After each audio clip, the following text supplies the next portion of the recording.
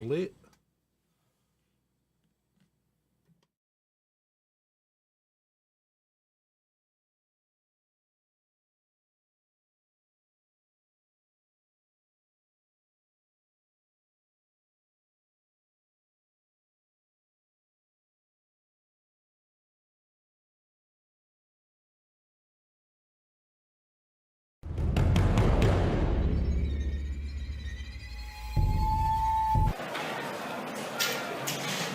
And so today I'm announcing that I will not be seeking re-election and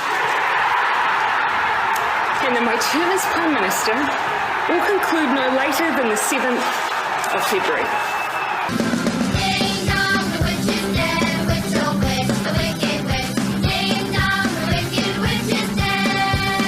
Ian, is it coming home? What, your reputation? The others have been very gentle with you, Gary, but I mean... Thanks, Ian. The elephant in the room is still there. I mean, you're commentating there, aren't you? Yeah. And what's the defence? You've got a choice, I think, haven't you? What, going or not going? Well, my view always has been that you either highlight the issues and challenges in these countries and speak about them, or you basically don't say anything, you stay back home and don't go. And I've always said we should challenge them. There's another option. You stay at home and highlight the abuses. You don't have to go and take the Qataris' money.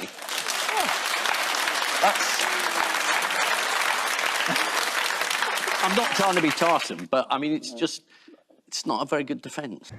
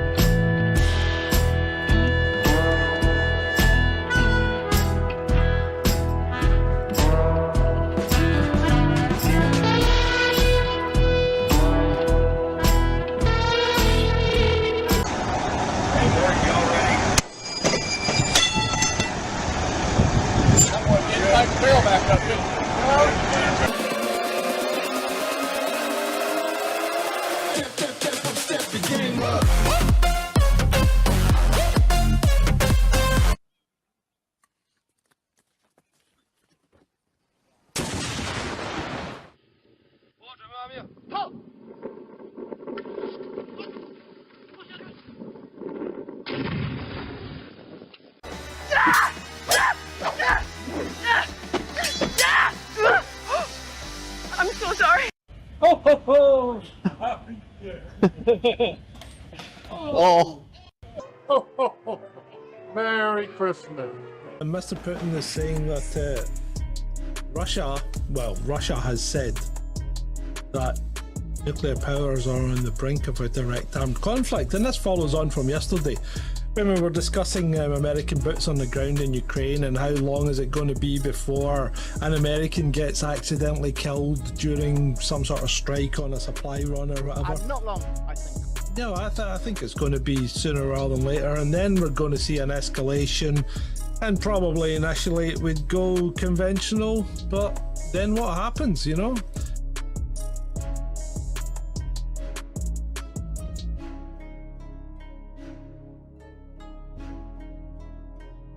To deliver for the British people.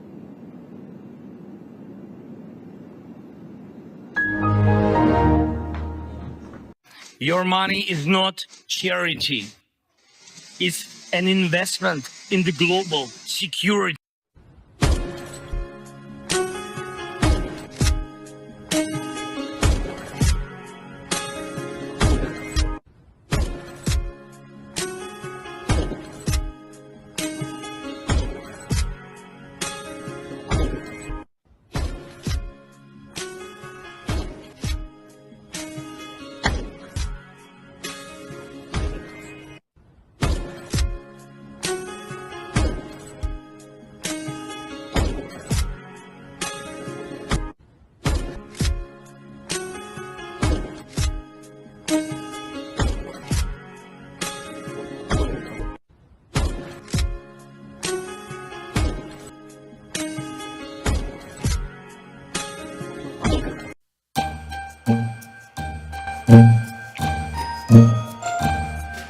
Well, well.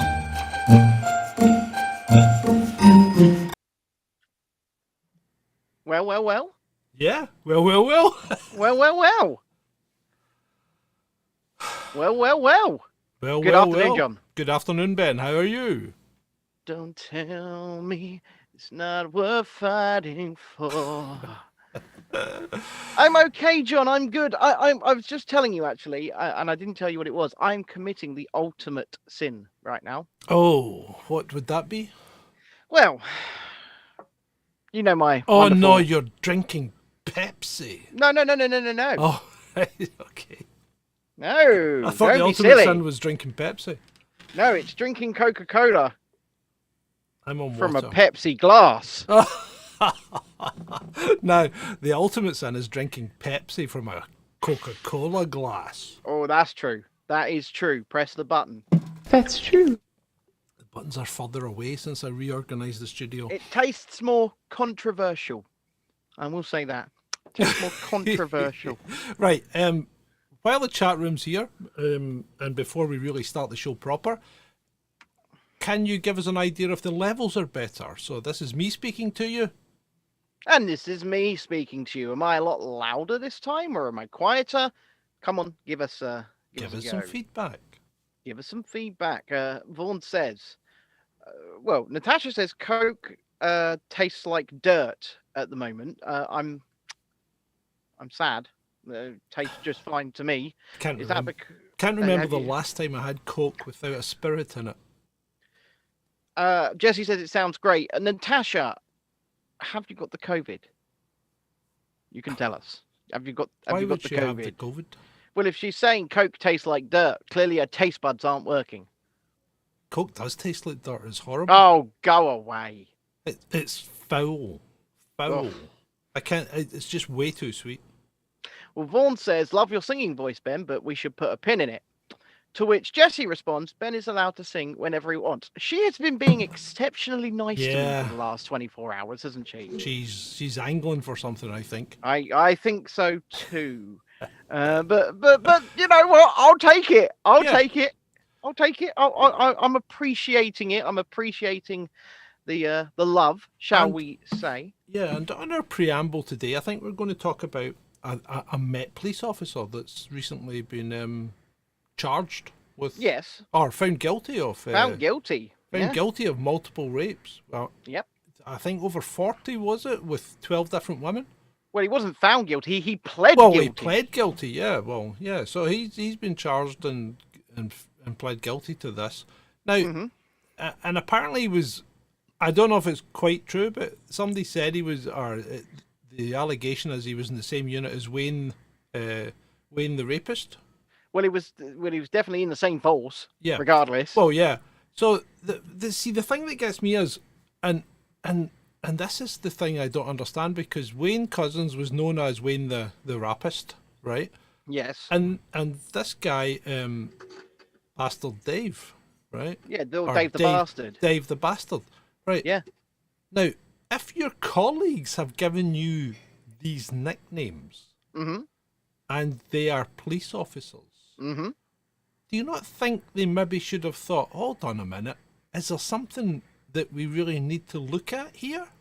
Well, I think it's a policing culture, right? I think it's a policing culture. And without going into great detail, I'm going to briefly talk about a situation that people have wondered about for the last, 8-9 months. Okay.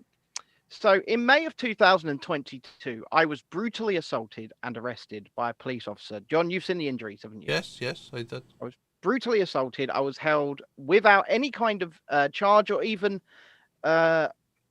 the allegation of a charge, really, for the full 24 hours. In fact, when they spoke to my wife on the phone, the exact words were, "We've got nothing on him. We're just keeping him anyway." Okay, which is, I'm pretty sure, illegal. First of all, Well, because you're not supposed to deprive somebody of their liberty for a minute longer than you have to, Yeah. quote unquote. And then at the end of it, as I was being released, as I was being let out, they said, "Oh, we're just going to charge you with resisting arrest." And that's what's been going on with me. And it's still not over. And the thing But- is, they had to have another charge in there because you can't just be done for resisting arrest because the arrest has to be legal in the first I've got place. no other charge. There is You're only no being other charge. How can you be charged with resisting arrest? Because you can't arrest somebody for resisting arrest. There is no other charge. I think this has got to be flung out. Well, You would could, hope if there's no other charge, there's no case. there's no charge. There's no case then. There's no case to answer here because how can you resist arrest when you weren't getting arrested? Well, I was as far as I and my solicitors are concerned, I was assaulted, kidnapped, and falsely Yeah, no, imprisoned for regardless of 24 that, hours. if you were not charged with anything other than resisting arrest, there is no case to answer because you need to be arrested for something. No, nothing. That sounds ridiculous. Nothing. Yeah, There is okay. no charge. Okay. Yeah, I was pulled, and my solicitors have the body cam footage. I was pulled from my car where I was sitting calmly. I was repeatedly beaten. I was shoved to the floor. Both my shoulders were dislocated. My knee was dislocated, and I had to beg in tears, and I don't mind saying that, for my arms to be released so that I could reposition my leg. At which point they refused to. Now, the reason I'm telling you about this is because the officer involved is now under investigation because the IOPC agree that there's something to investigate here because clearly this shouldn't have happened. And I can tell you on the day, me, my wife, other people that were there can tell you that the two officers that were with the one man that did this to me were scared of him. They were scared of him both at the time it was happening, before it was happening, and then in the custody suite when I tried to explain to the custody sergeant what was happening, and I turned to the other two officers and I said, "Tell this man the truth." They stood there trembling. This is a culture within the police. Yeah, well, I think the police is there's a number of professions haven't come out of the last 3 years particularly well, and the police is certainly one of them. It's not the same police force it used to be, regardless These people of are location. bullies. Yeah. These people, I mean, I don't want to disparage all police, but at the same time, it's not, from my own personal experience, and I imagine the experience of many others all over this country, they have lost the plot. They don't protect you. It's not about protection. It's about bullying you. It's about control. And the last 2.5 years especially have fucking emboldened them. And I know I'm trying less to swear, but yeah. Right. Okay, and with that, I'd like to welcome everyone to this episode 190 of Chasing Dissent Live with me, John, and with Ben. Mm-hmm.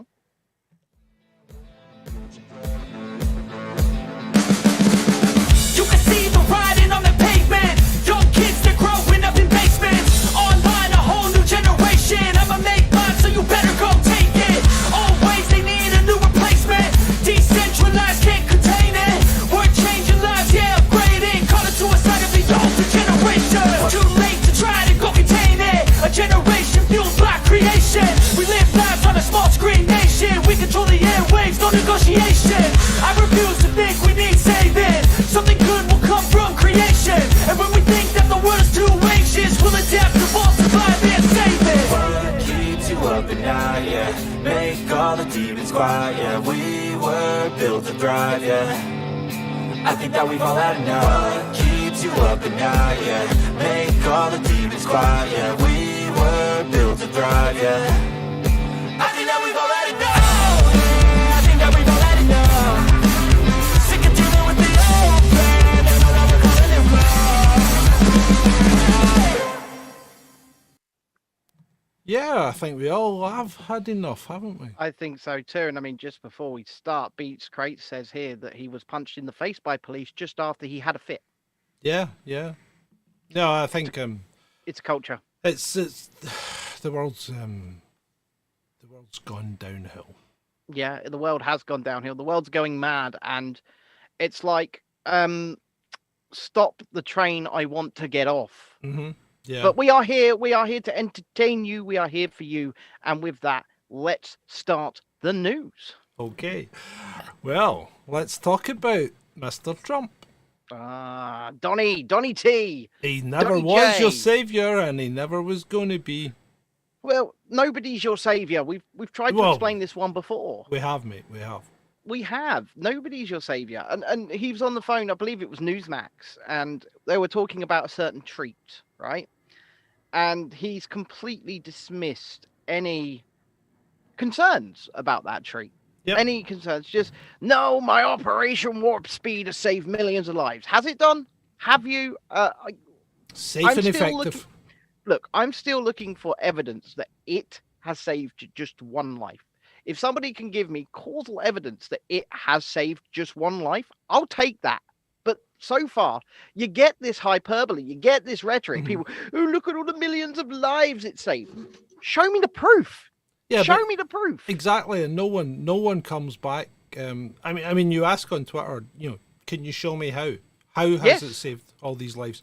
And no one ever comes back with any evidence because there isn't any evidence. That's the problem.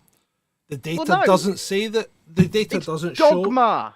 The data doesn't show that. The data shows that more people are dying now than should be dying. That's what the data shows. So if that's the case, how can you say we've saved lives? Because you cannot go on modelling, because modelling is inherently wrong all the time. It's never right. If models were right, New York would be underwater. Yeah, so would Florida. The Maldives would not have just built an international airport. It's like Natasha says, same as those types of deaths, right? Yeah, exactly. It's so frustrating to me because I just hear this rhetoric over and over again, and you hear it repeated on the mainstream media, and then you hear it repeated by the bots, and by that I mean the normal people. They go, "It saved millions of lives. It has saved millions and millions and millions. It's in fact probably saved 100 billion lives, despite the fact there are only 7 billion people on the planet. But still, we have saved everybody. Oh my God, let's praise the science, the science, the science, the science. The science. And Shut up already. It's science. It's as simple as that. If you want to tell me these things and you want to make these extraordinary claims, causal evidence, please. Causal evidence. Yeah, definitely. Yeah, I just want to see just one, please. Speaking of the main story of the day. Oh, yes. What's happened? Jacinda, you've nothing left in the tank? I've nothing left in the tank, John. It's all done. They're going to publicly make an effigy of me, and in fact, they were going to make that effigy out of the real me. So I thought it was time to run away. Yeah. So, but I'm looking at this tweet here from Dan, who is another in her ilk who likes a bit of tyranny in his spare time. He does. Doesn't he? He likes a bit of tyranny. I mean, these people are completely immune from irony. They really are. Look at what he said. I mean, somebody said to me, so let's read this out. It says, through a pandemic, a terrorist attack, and an eruption, Jacinda led with a kindness which came to define her prime ministership. A real leader with so much to be proud of. Now, somebody said to me on Twitter before the show, they gave me a never forget these people. Remember, this is the woman that said, if you were perfectly fine, you were perfectly healthy, you had nothing wrong with you. She went, you are a second-class citizen. And then when somebody turned around to her on the news and said, it seems like you're making these people second-class citizens, she went, that is what it is. Yeah. That's not leading with kindness. That's not kindness. That is not kindness. That's not kindness. It's not leadership. No, it's not leadership. Yeah. It's tyranny. It's saying we're better than you. Yep. We are higher than you. We are entitled to more than you. We're your single source of truth. We're your single source of fucking truth. Don't you dare stop swearing to anyone else. I can't fucking help it, John. Stop it. I imagine that woman swears a lot in her spare time. I watched some clips of her today, obviously, because it's appropriate, and there's an incredible amount of times that she stands up in New Zealand Parliament and says, I refute the premise of that question. And she says that all the time. It's like Nicola Sturgeon, except Nicola Sturgeon just says no. No. I mean, Militant Mushroom in our chat says, sounded like someone put the fear up her. And I mean, just Possible. take a look at this woman, right? Look at how her face is just. It's like the end of Indiana Jones, right? The first one, Raiders of the Lost Ark, when you see the big Nazi bad guy, his face melts. Yeah.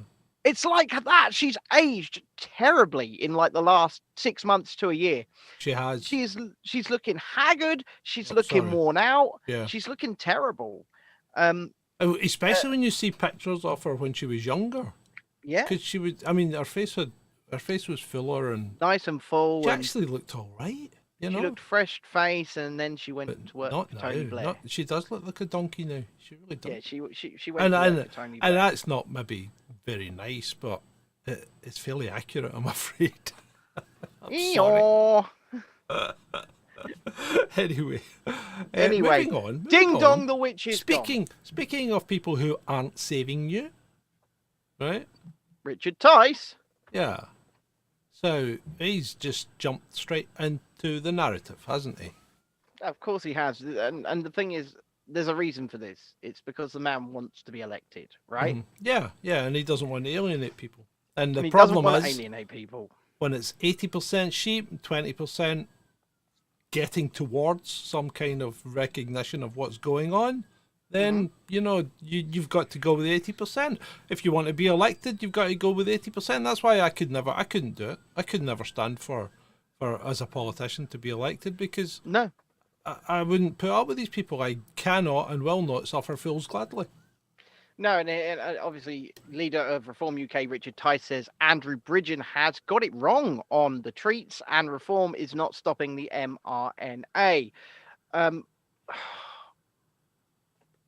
I mean, my position, and I think our position, is so nuanced on this that it's ridiculous to even say it, because this is the position that everybody should hold, and that position is that look into every source of data on these things that you can, then make your own personal decision based upon what you are seeing and the real world around you. And you should be able to make that decision, not just for your own sake, but you should be able to make that decision privately.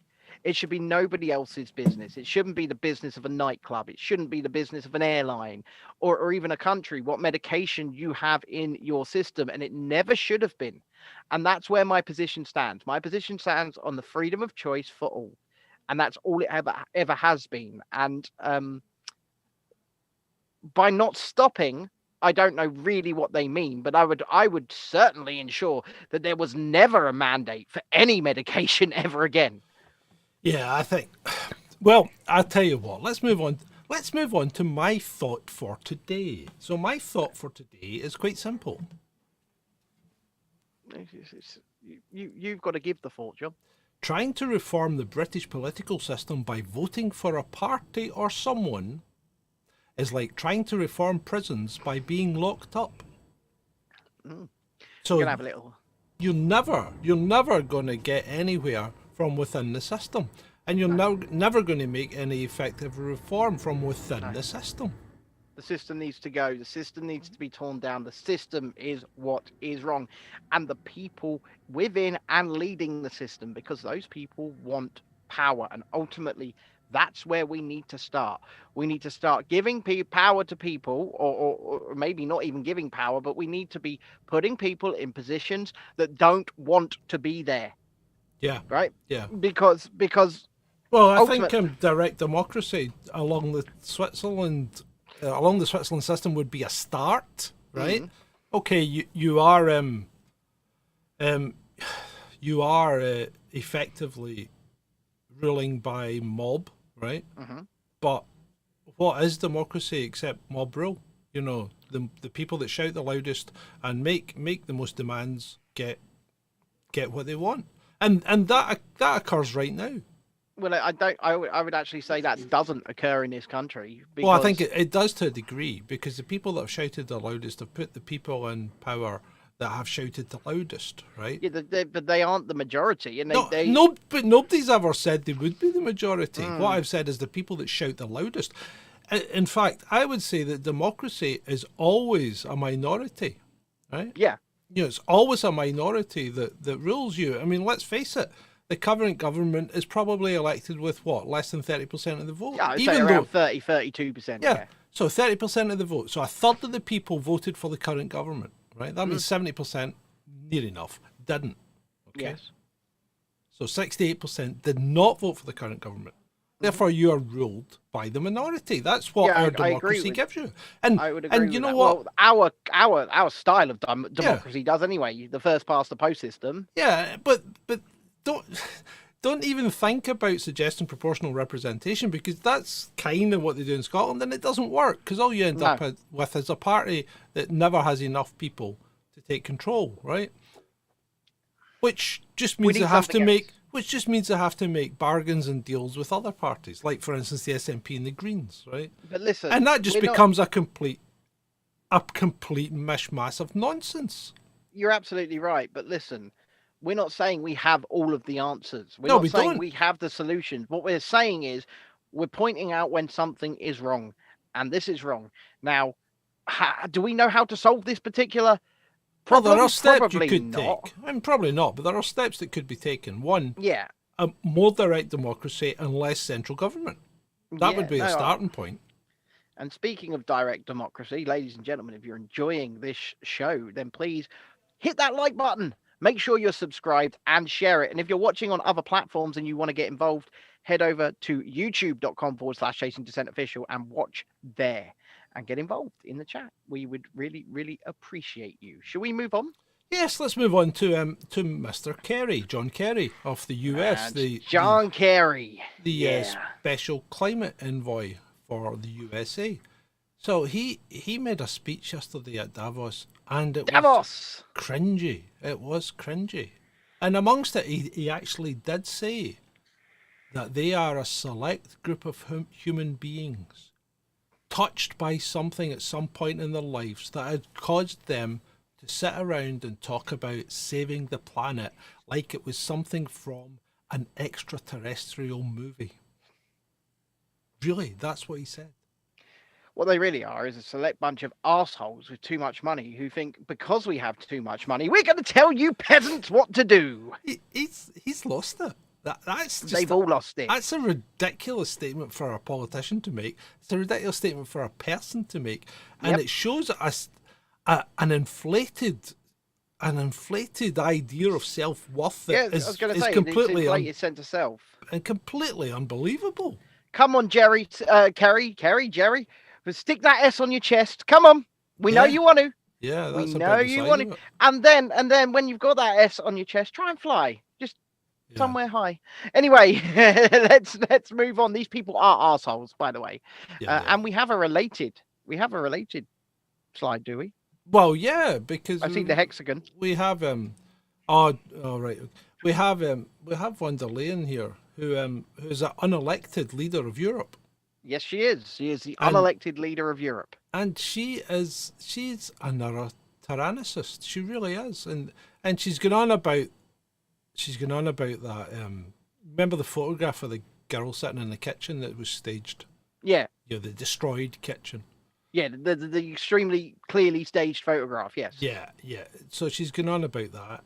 And she is just such a tyrannicist. It's unbelievable. And she goes on about Russia's terror and Russia's tyrannical attitudes and Russia's imperialism.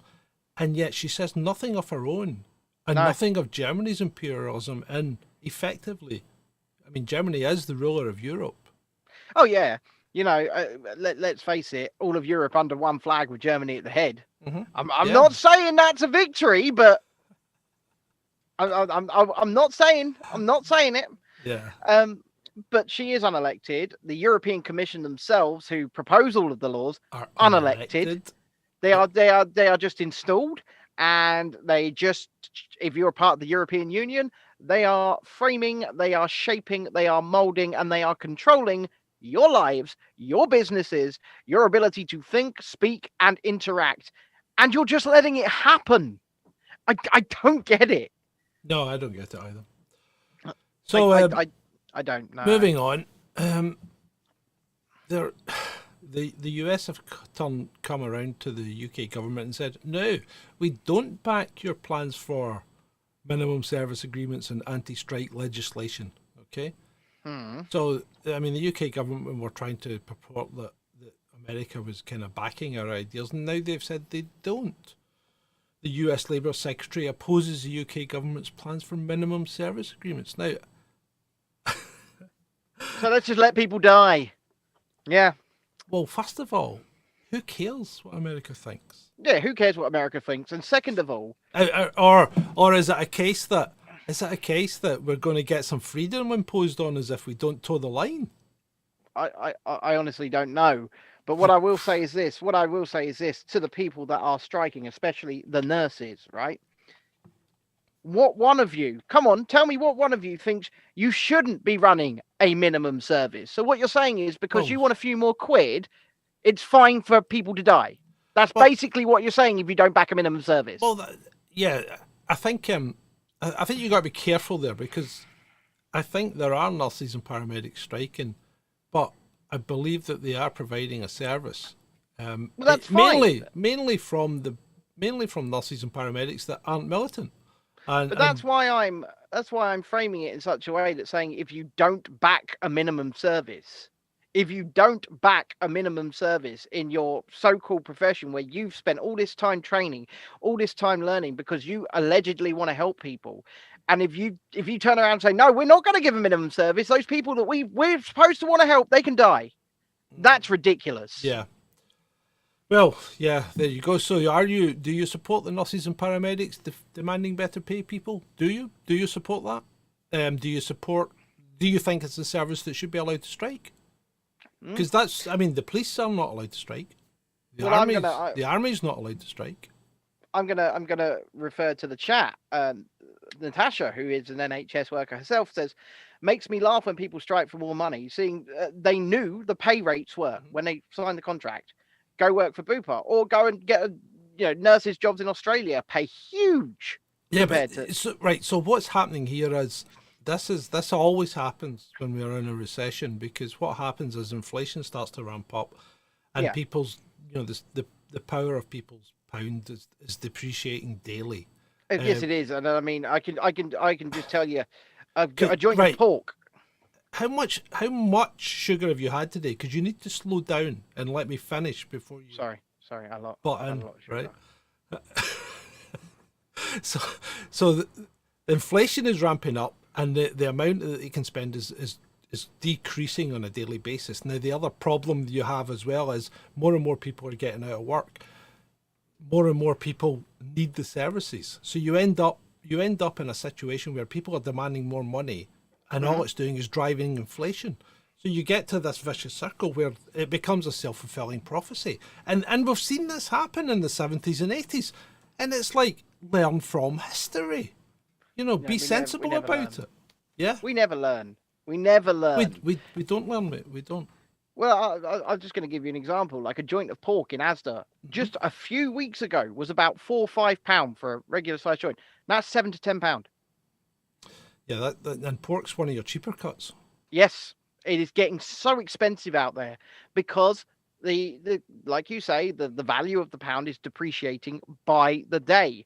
We are about to enter a depression. We're not just a recession, a depression.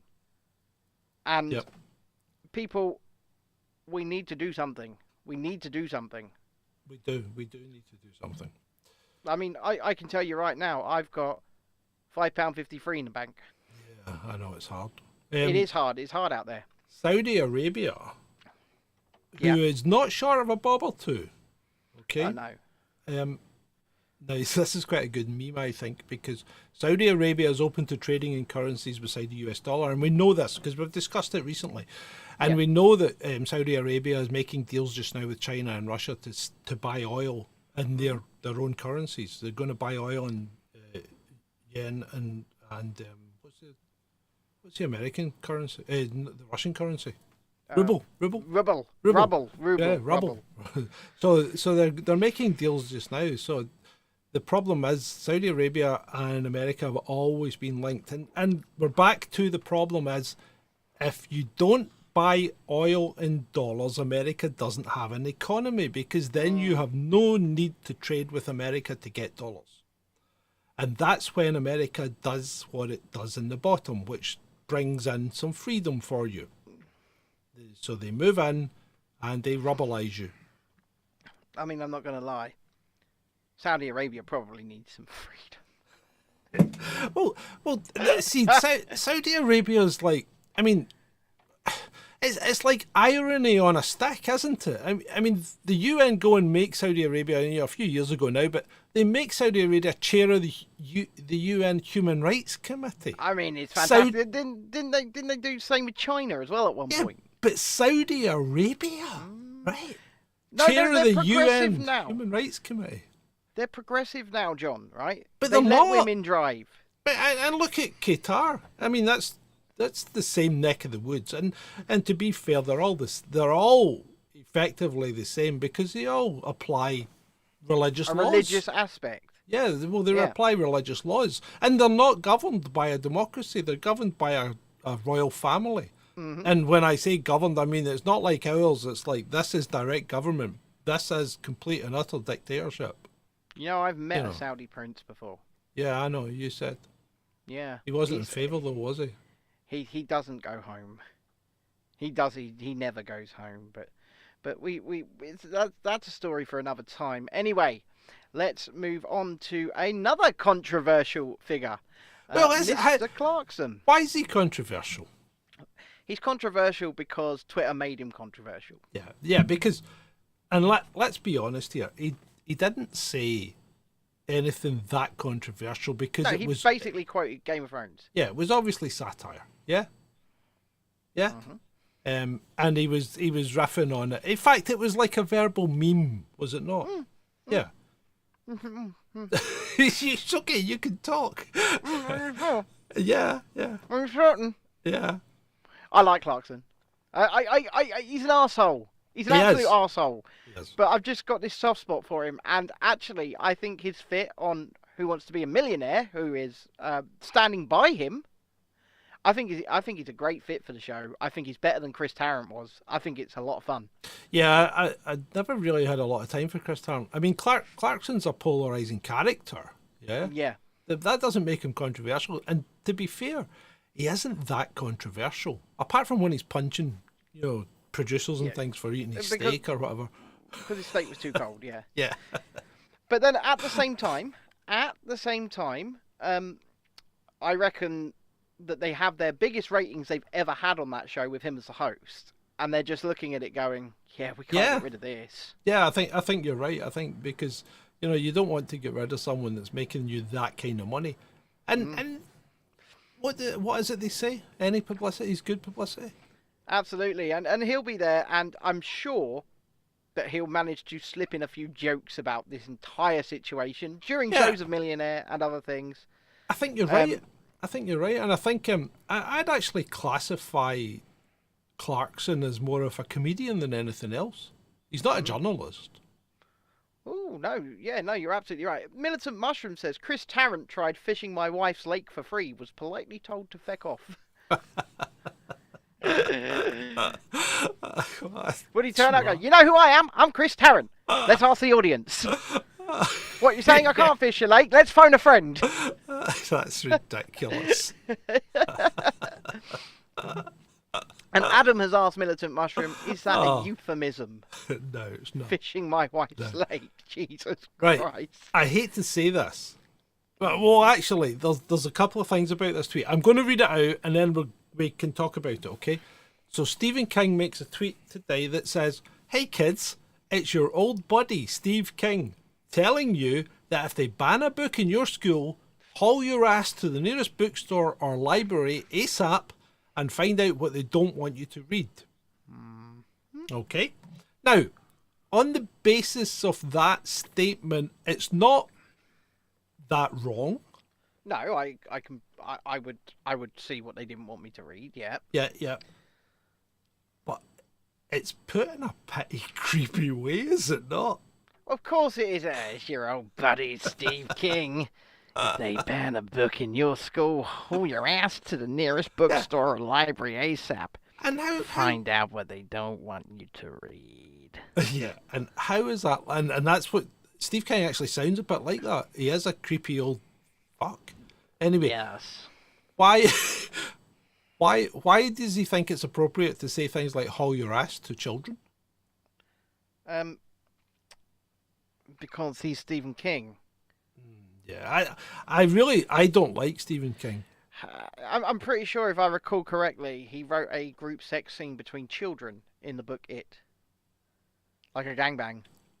Did he? Pretty sure he did. I don't think. What, the original letter or it too? Yeah, in his book. Oh, I can't remember if I've read it. I probably never made it to the end. Natasha says it. Yeah. No. Yeah, I'm pretty. Natasha said it's true. I'm pretty sure he did. What age were these children meant to be? Like 10, 12. That's not appropriate.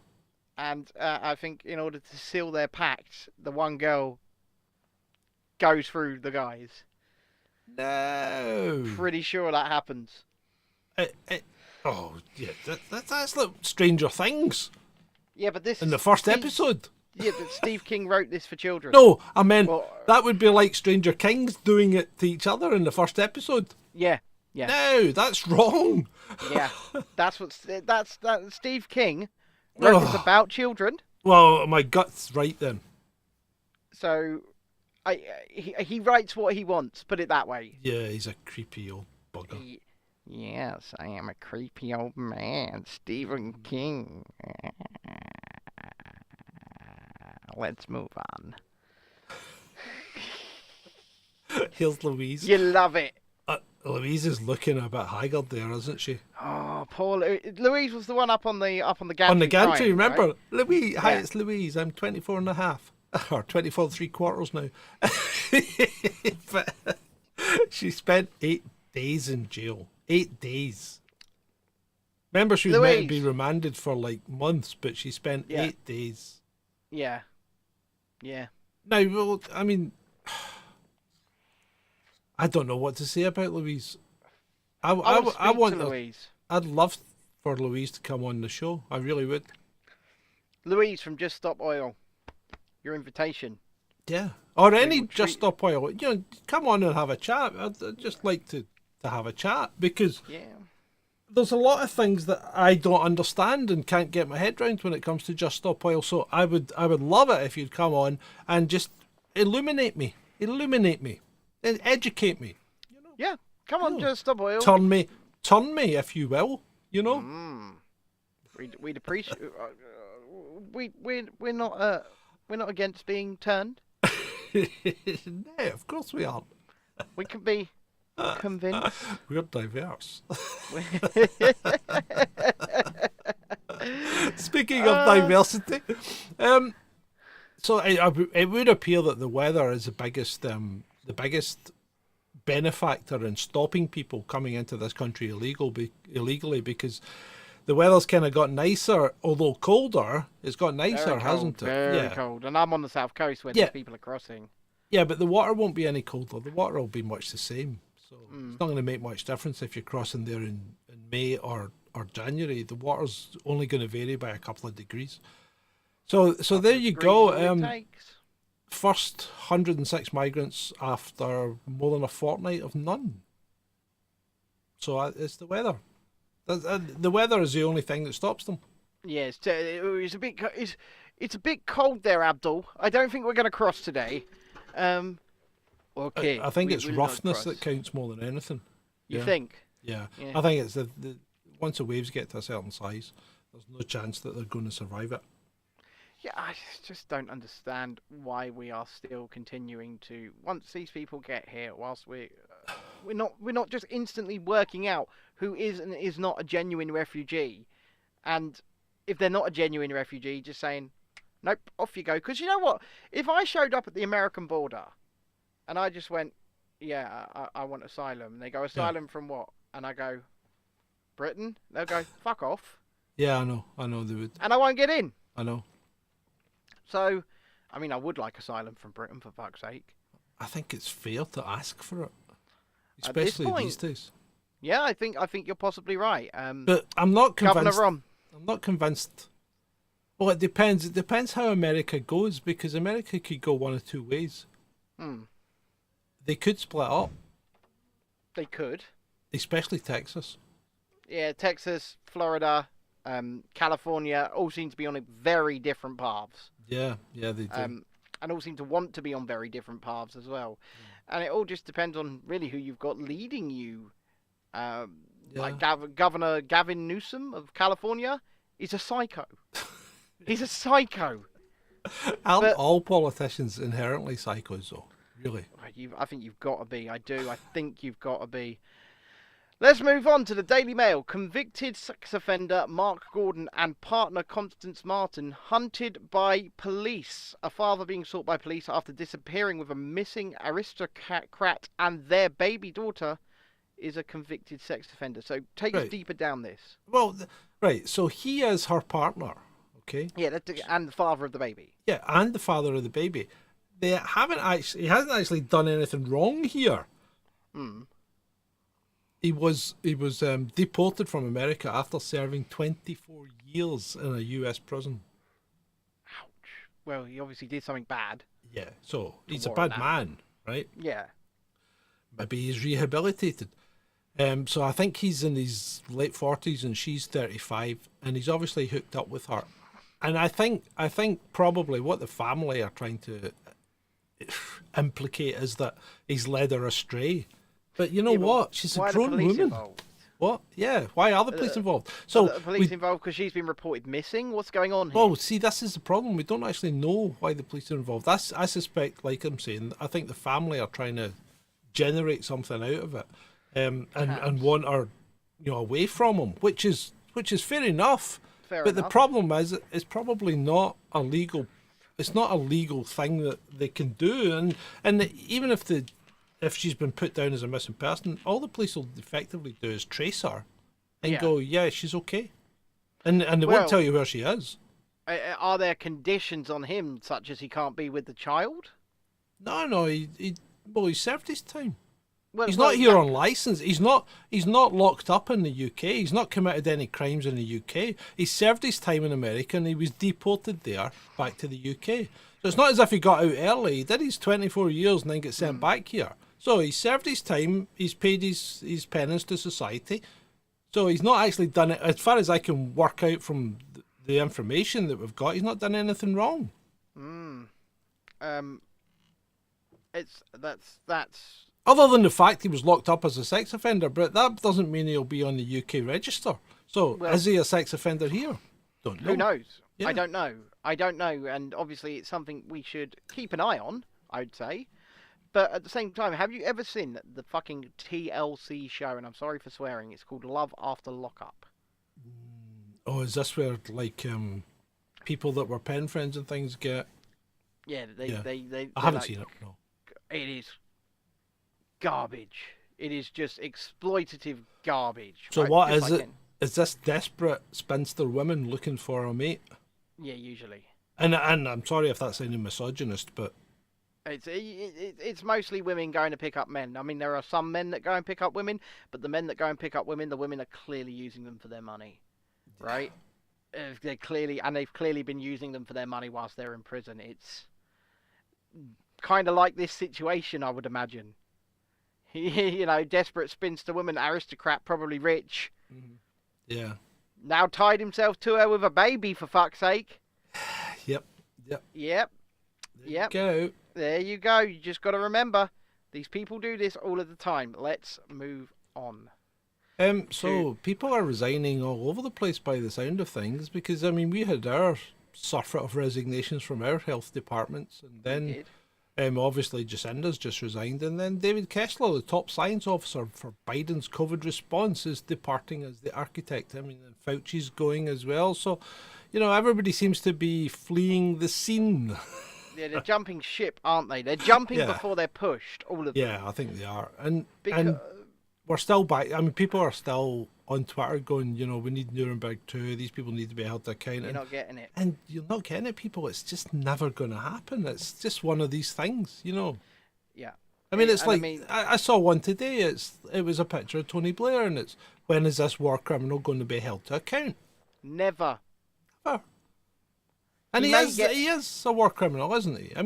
He took us into an illegal war on the strength of lies that he knew were lies. So that's a criminal act. I agree. And, you know, at the end of the day, he may be held to account after his death, much like Jimmy Savile. But, and whilst he's alive and whilst all of these people living, you know what? I'd love to be proved wrong. I would love to be proved wrong on this one, but I don't think any of them get held to account. None of them. No. Not Jacinda, not Boris, not Kessler, not Fauci. None of them. They don't, mate. You're right. They don't. But I also do think, and I'm going to be very careful about how I word this, the tidal wave is too big to be held back much longer. Okay. And information is going to be allowed into the public domain that has not been allowed in the public domain for the last 2 years because the tidal wave is too big. There are more reputable, professional doctors, scientists, whatever, getting on the train, making statements. Things are going to change. Shall we put a pin in that one? We will put a pin in that one. Like I said, things will change. Okay, that's interesting. And I look forward to seeing that. It will Speaking of change...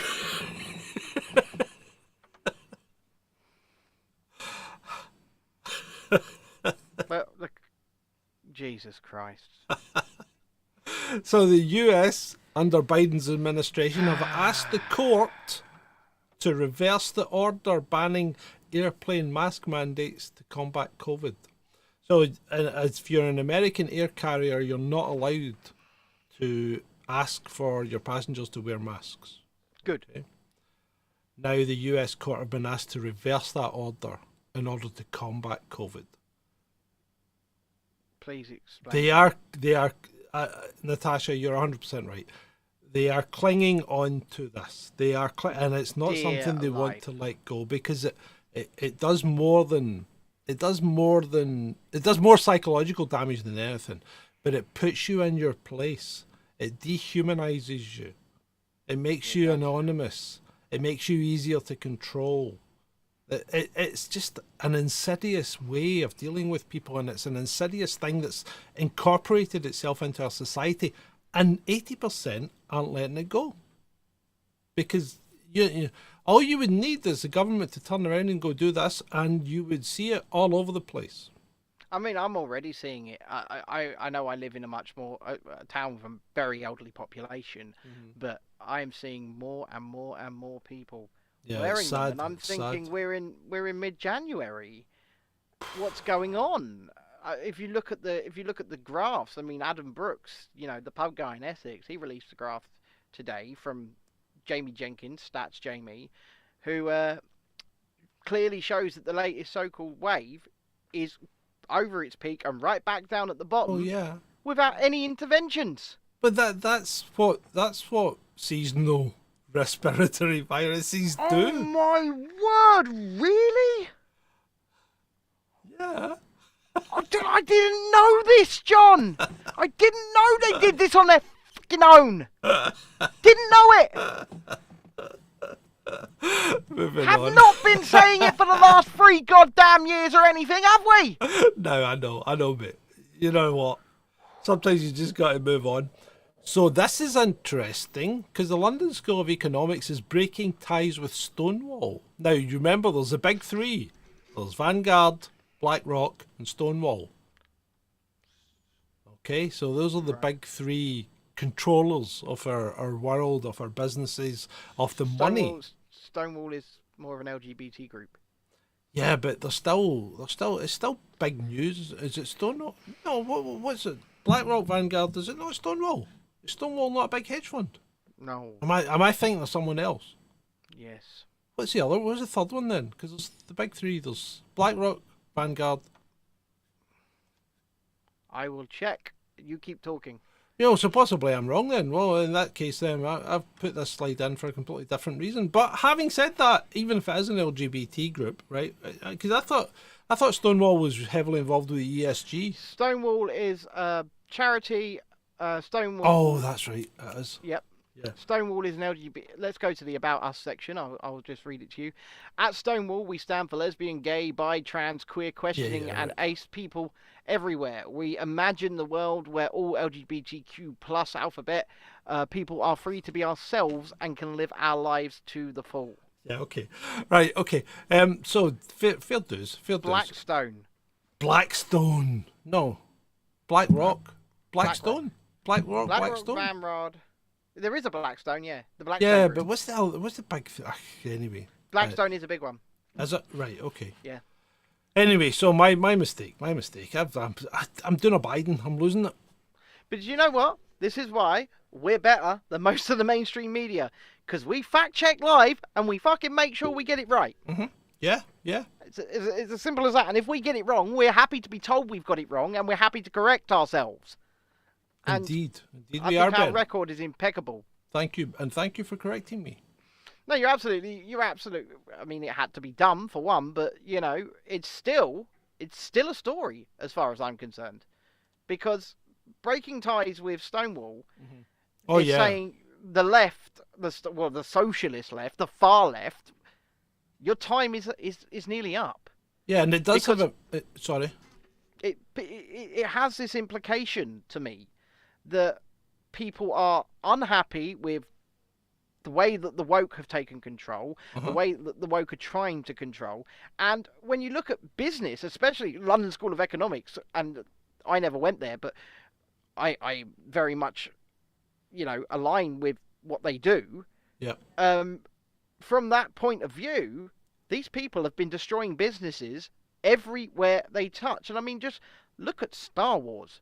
Look at Star Wars. It's dead. Yeah. It's dead. Well, and that's right, because I mean, if they're coming away from this LBGT group, then that again has an impact for ESG, because ESG was very much in favour of the kind of Stonewall approach, and this is a good move. I mean, we saw Netflix had to do it; they had to move away. Of course they did. I'm not sure where Disney is right now. Disney's reinstalled the person that fucking caused their crash. It's supposed to have been swearing less. I know, but it's just so frustrating. It's so frustrating to. He's either going to admit what his mistakes were and place them on the fall guy, which was Chapek. Yeah. Or he's going to drive them further into the ground. Yeah. I suspect he might drive them further into the ground. But you never know. You never know. Anyway, moving on, shall we? We shall. So, Microsoft have and Amazon and other tech companies have laid off more than 60,000 workers in the past year or so. You've gone past the little people. Yes, I'm not putting that up today. So the question there is, what's allowing them to do this? Is it more automation, or is it reducing sales? I suspect it's actually more automation than anything, where they're cutting their workforces. And you can see that from Twitter, because why did they need all those people at Twitter if Elon's been able to cut as many people as he had, and yet the service seems to be running as well, if not better than ever. Mm-hmm. Yeah. So these people are strategic partners with the World Economic Forum. Yes, they are. And when people think about it worries me too, because what we have here is we have an unelected body that is effectively working as a world government. Yes. And the rise of corporatism. So we're fast approaching the likes of, and science fiction's a great, indicator of where we're going, I think. And we're fast approaching the likes of Rollerball and Aliens, where you just have the big corporations doing everything, and you don't have a government anymore. You work for a corporation, and that's where you get, your healthcare, your food, your accommodation. Everything comes from your corporation. I think this would fit well into the kind of Japanese societal model. It's Wall-E. Yeah, it is Wall-E. Yeah, it's Wall-E. By and large, the corporation in Wall-E just took over everything and became basically the ruler of the world. And when they fucked up the world, they all got on a big by and large ship and flew off in their by and large chairs, Yeah. drinking and eating all of their food from their by and large cupcakes. Yeah, Right? yeah, they did, mate. It's coming. Yeah. It's coming unless we do something about it. It is coming. And we're being encouraged to spend more and more time sitting on our arses in front of computers, much like we are just now. Yeah, but at least we're trying to encourage people to gather their thoughts and express those thoughts and do things of their own accord. Just don't do what your masters tell you to do, what your corporate masters tell you to do, what your governmental masters tell you to do. They're pretty much becoming one and the same because of this whole WEF shit. But if they tell you to... Yeah, sorry. Carry on. If they tell you to do something and you don't think it's right, then don't do it. Quite right. No, Jay in the chat room. I said Japan deliberately so because Japan's very corporate orientated when it comes to things like, you know, your work will provide for you, your work will do this, your work will do that. Your work is God. Yeah. So I actually meant Japan and not China because China just treat their people as a resource. I mean, have you ever heard of the term salaryman? Yes. The term salaryman, it comes from Japanese culture, and they, you know, often work themselves quite literally to walking off a building. Yeah. And that's why they have that, you know, Logan Paul got in all that trouble a few years ago because he went to the Japanese suicide forest. They have an actual suicide forest where basically salarymen go and off themselves. Yeah, and they have all those pod hotels because these salarymen go on wild benders and then just sleep it off in a pod hotel rather than go home and disgrace their family. Yeah, and I get it, and I get why they, and I get that we're being pushed there, and I think that's a good example. I really do. We should resist it. We should resist it. Everybody should. Yeah, I'm all for going back to the bartering system. To be fair, you know. Yeah, I know what you mean. It's not, unfortunately, in today's society with the amount of people that we have and need to support, you can't go back to that system properly. No. But yeah, it's different. Yeah. Look, I've got 17 beans. If you want those beans, you're going to have to give me a PlayStation 5. Okay. I never saw this in the news. I saw some video footage of it from yesterday. Yeah, but did you see it in any news? I didn't see it in any news. Of course we didn't, right? Of course we didn't. So, a helicopter crash Wednesday outside of the Ukrainian capital killed at least 15 people, including Interior Minister, name I can't pronounce. Yeah. Yeah, interesting though. Kamikaze pilot? Well, remote control helicopter? Nothing to do with the war.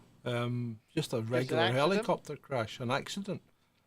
I mean, I don't know what Volodymyr's thoughts were on his interior minister. Maybe that might be worth investigating. I didn't have time to do it today, but it might be worth digging up for tomorrow night. Listen, John, I did not like Interior Minister. Interior Minister now gone. Make life easy.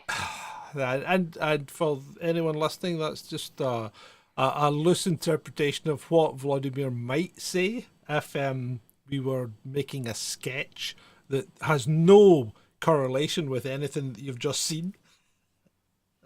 I don't know what you're talking about, John. Exactly. Well done. Exactly right.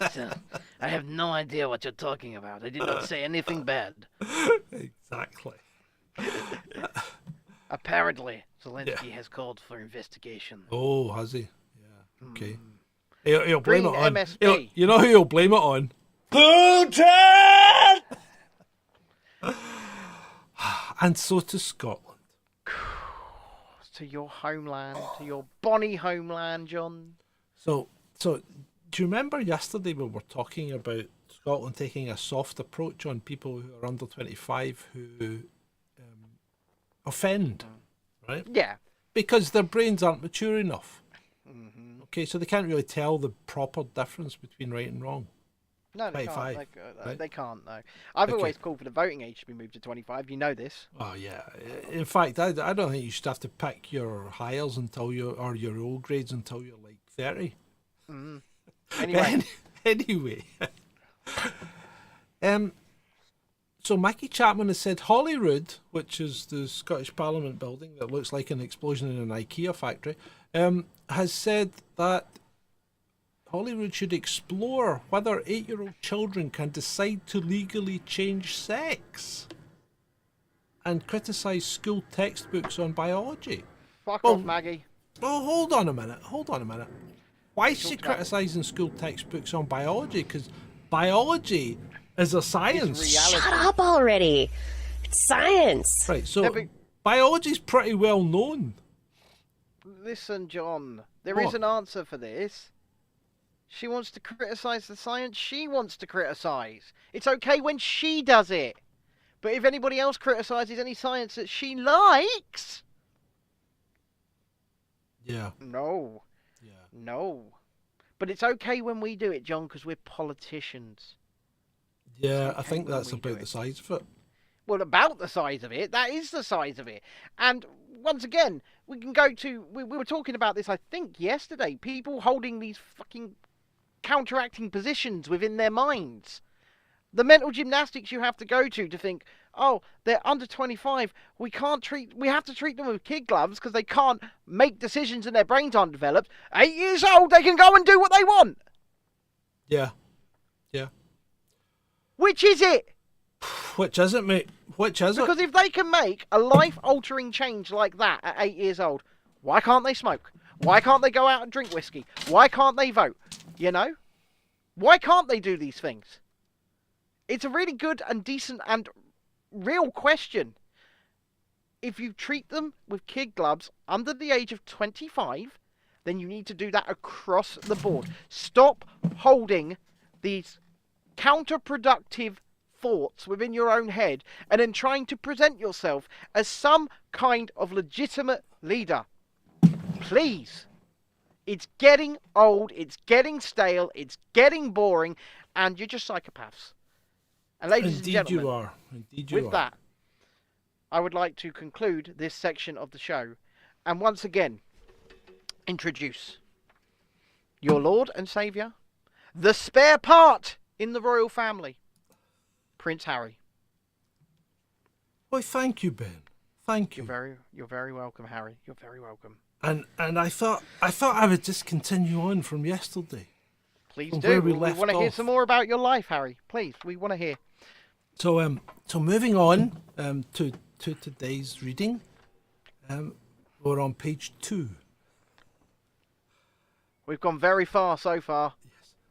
I thought of Grandpa's strong opinions, his many passions: carriage driving, barbecuing, shooting, casual racism, boy, food, beer, the way he embraced life. He had that in common with my mother. Maybe that's why he'd been such a fan. Long before she was Princess Diana, back when she was simply Diana Spencer, kindergarten teacher, secret girlfriend of Prince Charles, my grandfather was her loudest advocate. Some said he actually brokered my parents' marriage. Arranged marriage. If so, an argument could be made that Grandpa was the prime cause in my world. But for him, I wouldn't be here. Neither would my older brother. Then again, maybe my mother would be here if she hadn't married. Sorry. She would definitely be here, boy. We didn't bump her off or anything. I need to turn the page. We definitely did not bump her off. I promise. Go back to casual racism now. I've recalled one recent chat, just me and Grandpa, not long after he turned 97. He was thinking about the end. He was no longer capable of pursuing his passions, he said. And yet the thing he missed most was work. Listen, boy. There is a tribe of old dark people that worship me as a god, and I can't go and see them anymore. Without work, he said, everything crumbles. He just didn't seem sad, just ready.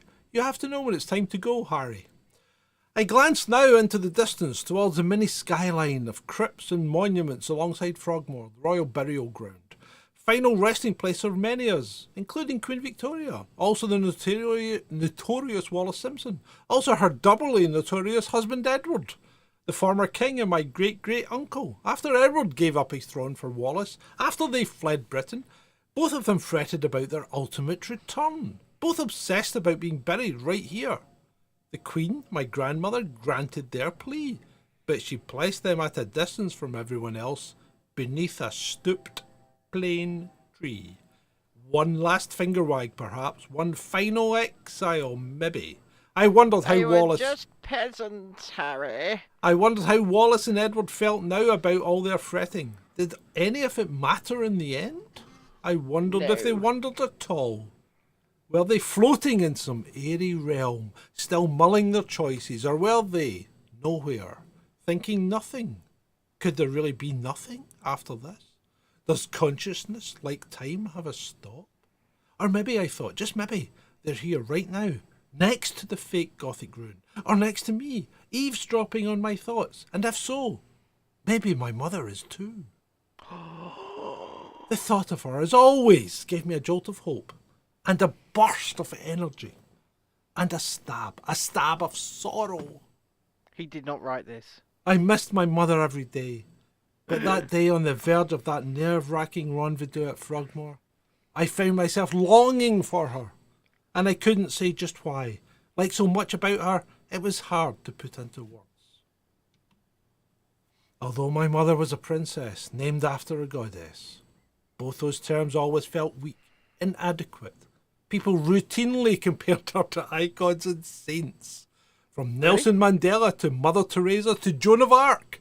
But every such comparison, while lofty and loving... Let me interrupt you there, Harry. Hold on, let me finish the sentence. While lofty and loving, also fell wide off the mark. Nelson Mandela, ex-terrorist / current ex-freedom fighter, whatever you want to call him, compared, okay. Joan of Arc, crazy female murderer. Yeah. These aren't really people to be compared to, Harry. Mother Teresa wasn't an angel either. These aren't people to be compared to, Harry. No, they probably aren't. No, they're probably not. Anyway, my mother was the most recognisable woman on the planet, one of the most beloved. My mother was simply indescribable. That was the plain truth. And yet, how could someone so far beyond everyday language remain so real? So palpably present, so exquisitely vivid in my mind? How was it possible that I could see her, clear as a swan skimming towards me on that indigo lake?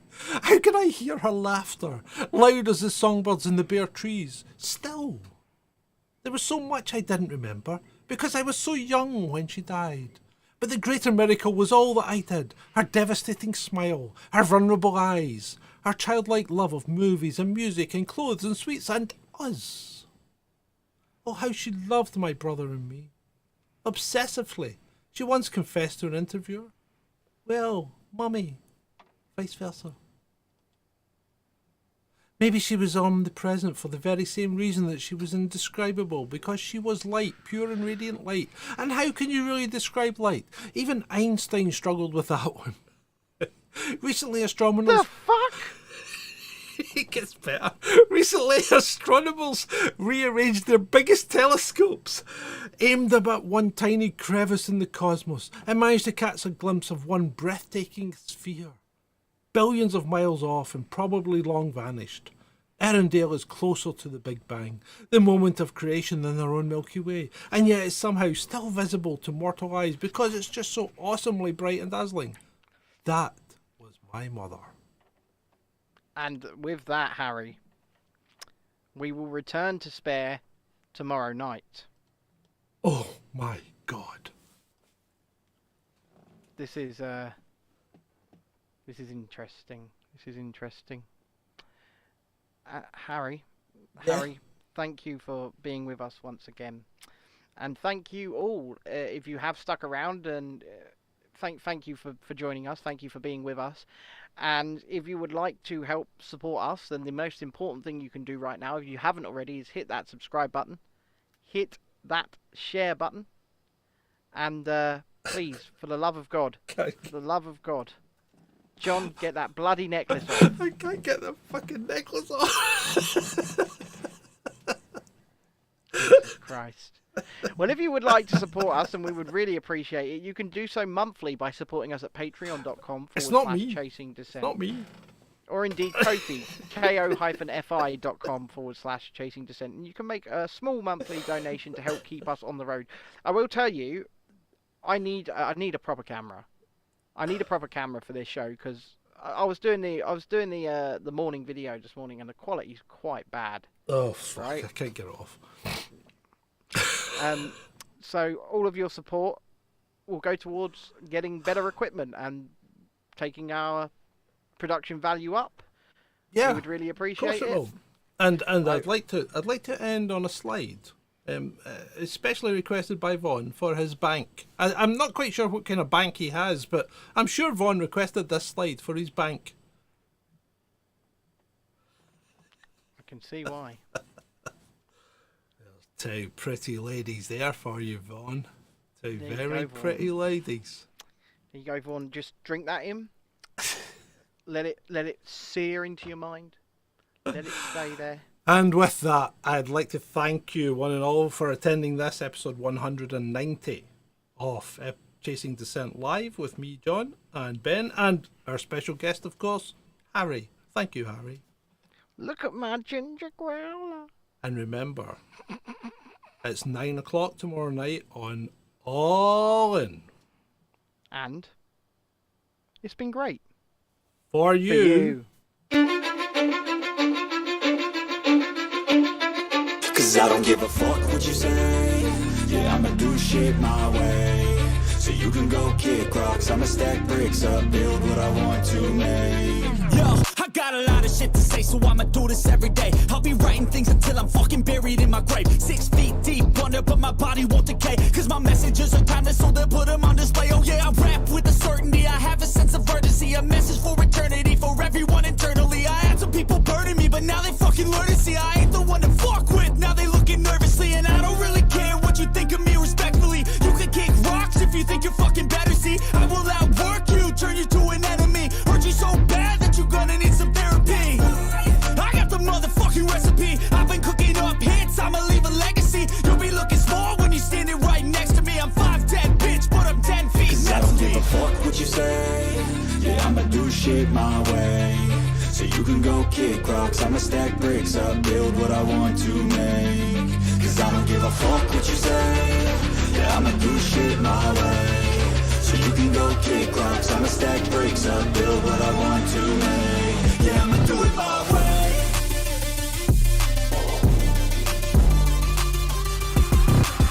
I can't contain it, I'm coming out with a statement. You really changed, man, all your music and arrangement. You don't know shit, shut your mouth, you can save it. I'm the same dude that got his come up from the basement. 100 songs, 100 weeks, didn't change it. Experiments, development, intelligence, and patience. I'll do it all again, cause I never feel complacent. Let's keep the good vibes, positivity's contagious. I'm never looking back, cause I made a life that's passionate. A college graduate suppressing all his talents, yeah. He found a way to go and change, become an advocate. For taking control of your life, go out and battle. And you think you have a dream, then act on it. Get after it, get out your head and fucking capture it. You got one life to master it.